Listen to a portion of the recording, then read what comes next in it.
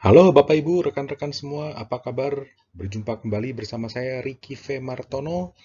Kita berjumpa dalam isu manajemen logistik seri ke-7. Judulnya adalah Strategi Efisiensi Logistik Indonesia.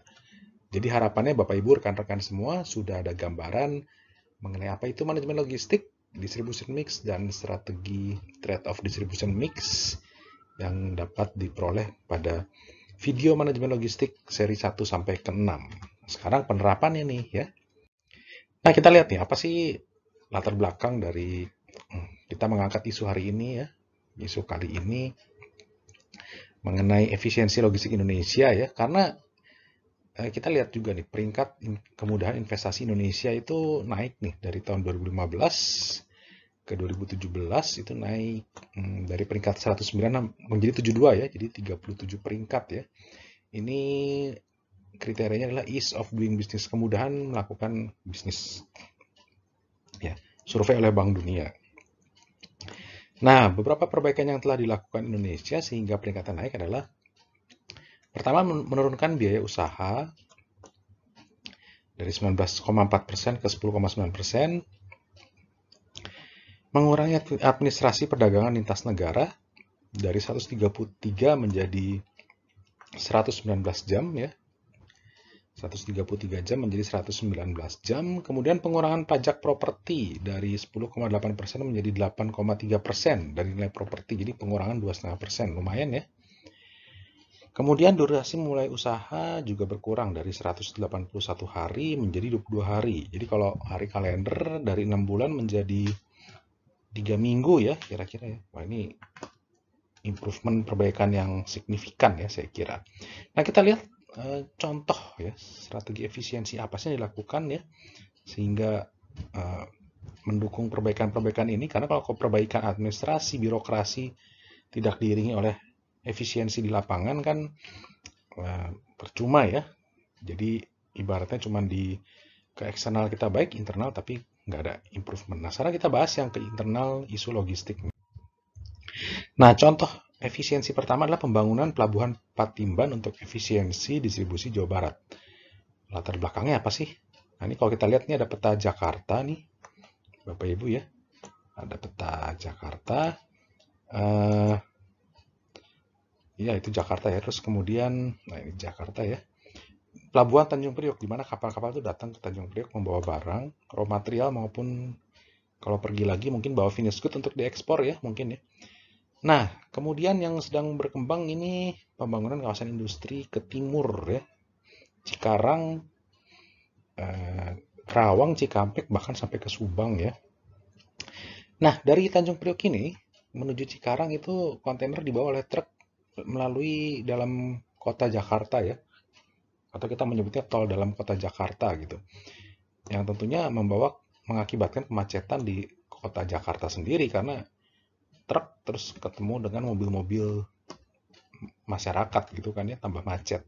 Tentunya lead time-nya juga jadi panjang dong. Jadi kalau misalnya birokrasi di Tanjung Priok lebih cepat tapi kemudian lead time ke kawasan industrinya lama ya gimana ya, orang kesel juga kan, investor asing kesel ya.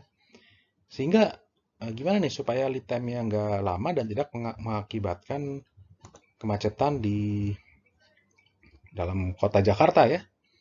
Nah, kan jalan tol dalam kota Jakarta. Nah, sehingga bukan dipindah sih, sebagian kapasitas bongkar muat dipindah ke Pelabuhan Patimban. Ini ada di Kabupaten Subang ya, yang terhubung dengan Bandara Kertajati juga di Majalengka. Ini dalam rencana jangka panjang ya. Dihubungkan dengan jalan tol ya, infrastruktur hinterland ya, dari Patimban sampai ke Cikarang maupun Bandara Kertajati di Majalengka. Terus perannya Pelabuhan Patimban nih yaitu tadi ya, mengalihkan beban bongkar muat di Pelabuhan Tanjung Priok yang kapasitasnya di Tanjung Priok itu tahun 2017 sudah mencapai 6 juta TEUs ya.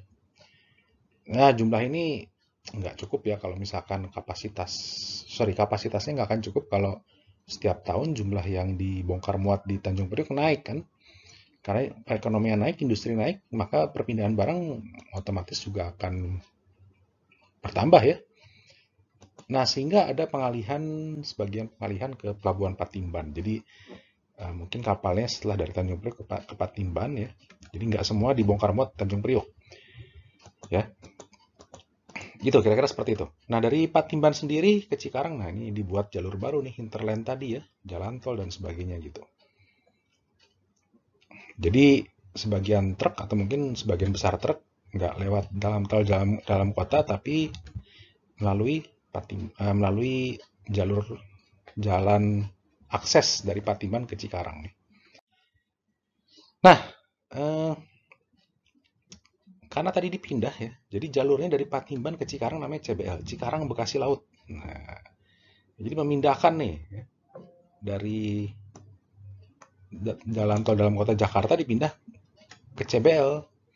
Ya, jadi kontainernya dari Patimban lewat CBL ke Cikarang, ada jalan tol juga ada Bekasi Laut, jadi lewat laut nih. Nah, kira-kira seperti ini nih ya ilustrasinya ya. Nah, ya jadi kontainernya nggak lewat dalam kota Jakarta sekali lagi. Tentunya lead time-nya akan lebih cepat, mengurangi kepadatan dan polusi dalam kota ya. Jadi cukup banyak manfaatnya ya. Nah, CBL ini atau Patimban ini kira-kira ada sekitar 15 km dari Tanjung Priok gitu jaraknya kira-kira ya, kira-kira. Dan dirancang, Pelabuhan Patimban ini dirancang untuk dapat melayani 1,6 juta TEUs per tahun. Jadi untuk kawasan industri yang Cikarang dan terus ke timur, bukan tidak mungkin ke depannya akan lebih intensif melalui Patimban, dan bukan nggak mungkin Patimban juga besok-besok akan diperluas kapasitasnya. Jadi mungkin yang ke Tanjung Priok untuk mengirim atau distribusi barang ke Jabodetabek maupun ke bagian barat ya, dari Jakarta ke Balaraja, Tangerang, dan sekitar situ ya. Yang ke timur mungkin sebagian besar sudah pindah ke Patimban. Nah, kira-kira seperti ini. Nah, jadi kita lihat nih, dengan integrasi distribution mix di Pelabuhan Patimban ya, jadi ada fasilitas pelabuhan maupun infrastruktur transportasi ya, integrasinya. Barang inventory tidak perlu menunggu lama karena langsung terhubung jalan tol.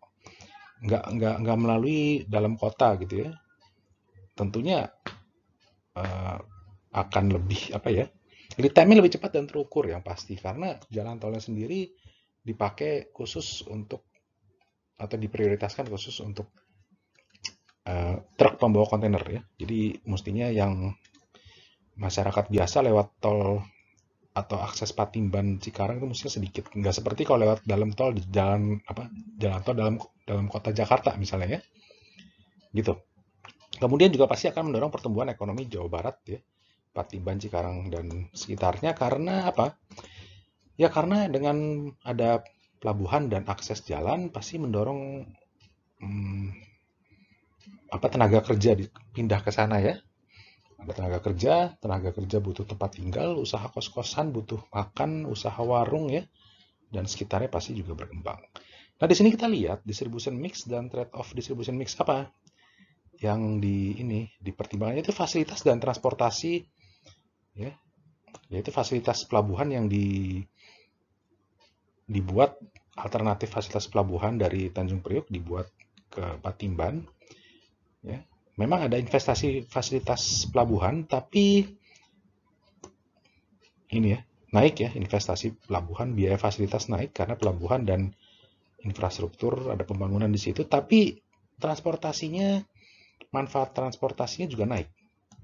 Karena apa? Lead time-nya lebih rendah, lebih pasti, lebih cepat, dan juga polusi dalam kota berkurang. Nah ini jadi selalu ada trade-off, ada satu yang naik, satu turun, tapi dalam keseluruhan sistem logistik lebih efisien logistiknya. Kira-kira seperti itu.